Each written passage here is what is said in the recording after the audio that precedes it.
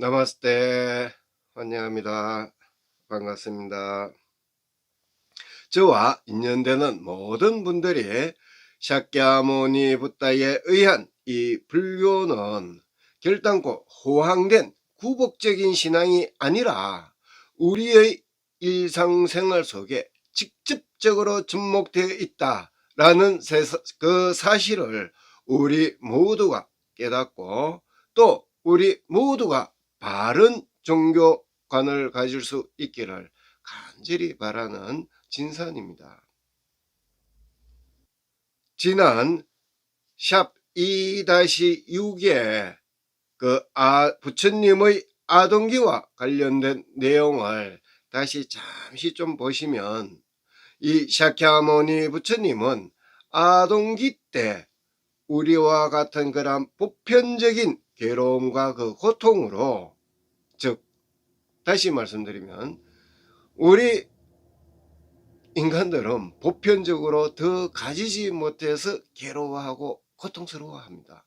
그러나 부처님께서는 그 아동기 때부터 더 가지지 못하여서 괴롭고 고통스러워했던 것이 아니라, 이 우주 삼라 만상에서 일어나는 현상들 그 가운데에서도 미물이 고통을 받는 것에 대해서 직시를 하였고, 또 거기에 대한 의문을 가지면서 명상 수행을 했던 것이었습니다. 이 단계가 지난번에 우리가 함께 알아봤던 이 사성제와 관련된 다즉일 선기도의 그 첫 번째 단계에서 바로 고성제, 즉 듀카사자의 명상기도였던 것이었습니다. 그렇게 또 시간이 흐르고 흘러서 부처님 또한 인간인지라 청년기가 되었습니다.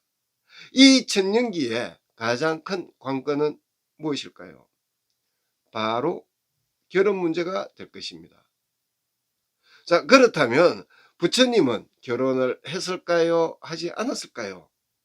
여기에 대해서 지난 시간에 제가 그 퀴즈로 했습니다만, 단 한 분이 또 정답을 주셨습니다.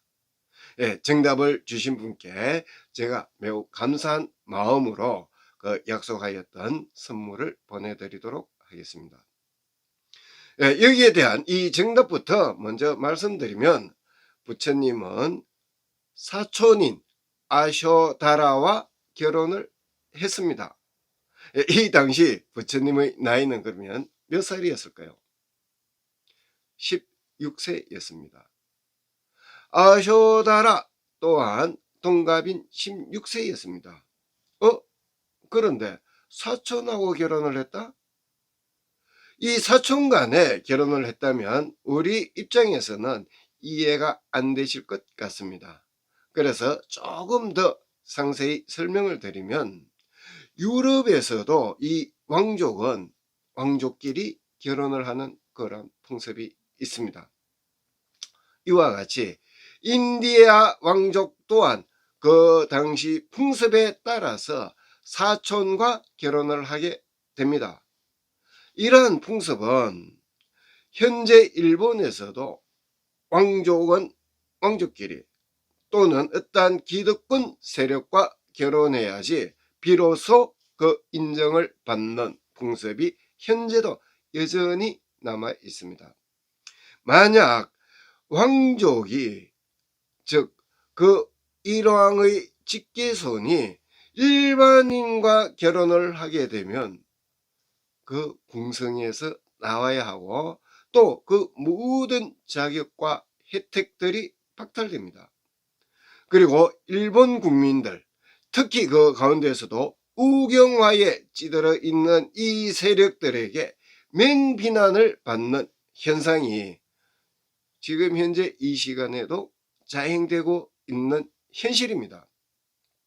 뿐만 아니라 일반인들도 이 사촌 간에 결혼하는 경우가 흔히 있는 것으로 알고 있습니다. 예, 설명이 조금 엇길로 빠진 듯 합니다만 다시 본론으로 들어와서, 자, 그렇다면 부처님께서는 그 결혼 생활이 어땠을까요? 부처님께서는 이 16세부터 29세가 되는, 즉 출가하기 전의 약 13년간의 결혼 생활에 대해서 훗날 회상을 하기를 단 한마디로 나는 그 결혼 생활 동안 지루한 삶이었다라고 단호히 말씀하십니다.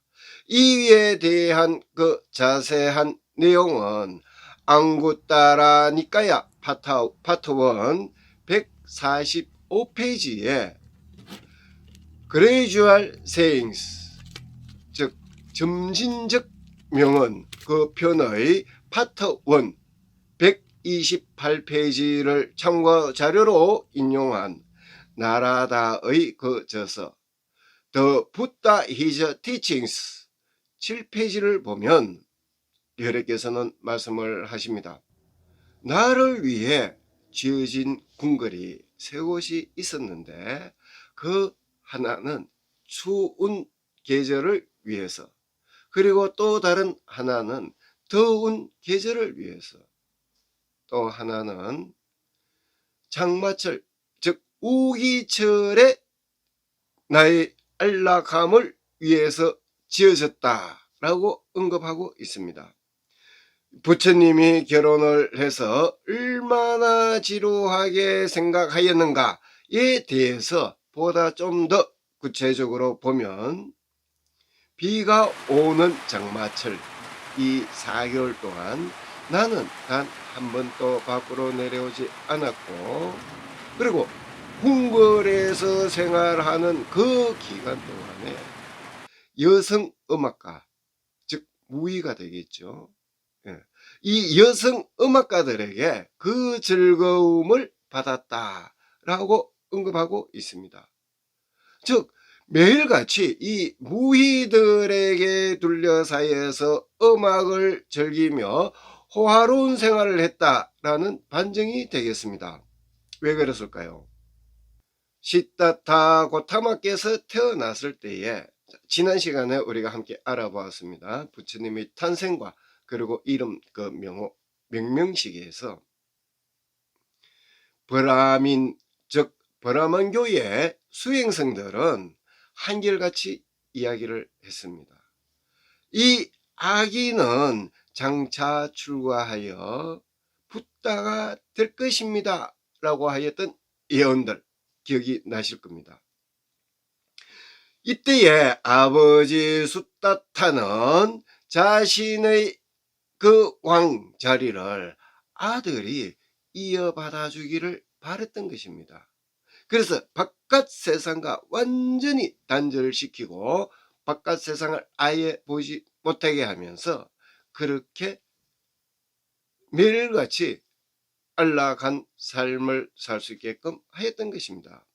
그리고 열애께서는 이어서 자신의 그 결혼 생활 중에 있었던 경험에 대해서 다음과 같이 또 설명을 하십니다.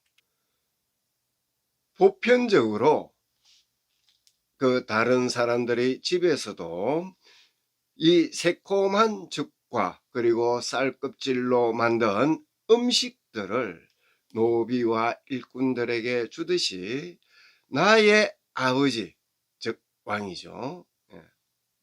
나의 아버지도 그 궁궐 내에서 일하는 사람들에게 쌀과 고기가 들어간 음식들을 나누어 주었다라고 언급을 합니다.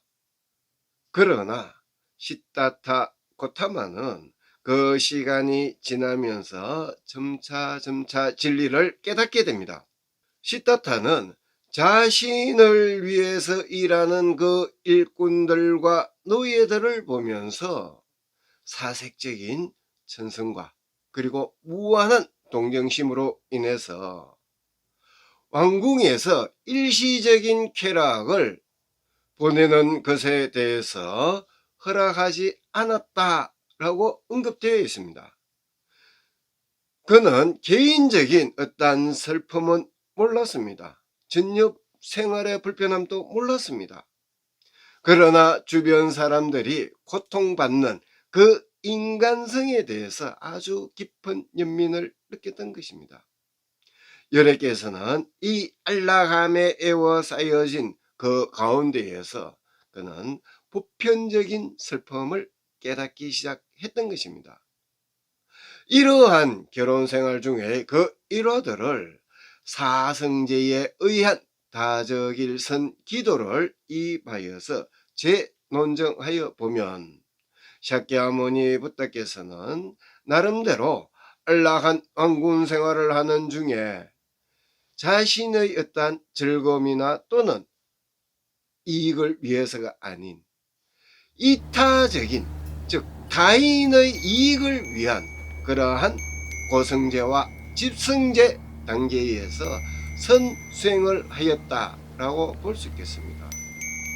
그렇게 지루한 나날을 보내던 어느 날 시다타 고타마 왕자는 결국 바깥 세상으로 행차하면서 눈을 뜨기 시작을 했던 것입니다. 성인이 된 시다타 고타마께서는 이 바깥 세상을 보게 되면서 과연 어떠한 일이 일어나게 될까요? 인생에서 굉장히 전환점의 큰 사건이 발생하게 됩니다. 이렇게 바깥 세상을 보게 된 시다타는 결혼 후에 출가하게 되는 그 동기와 또 결정적인 요인이 발동되게 됩니다. 이에 대한 자세한 내용은 다음 시간에 다시 여러분을 뵙고 함께 알아보도록 하겠습니다. 오늘도 아주 귀한 시간 여러분들께서 끝까지 함께 해 주셔서 대단히 감사합니다.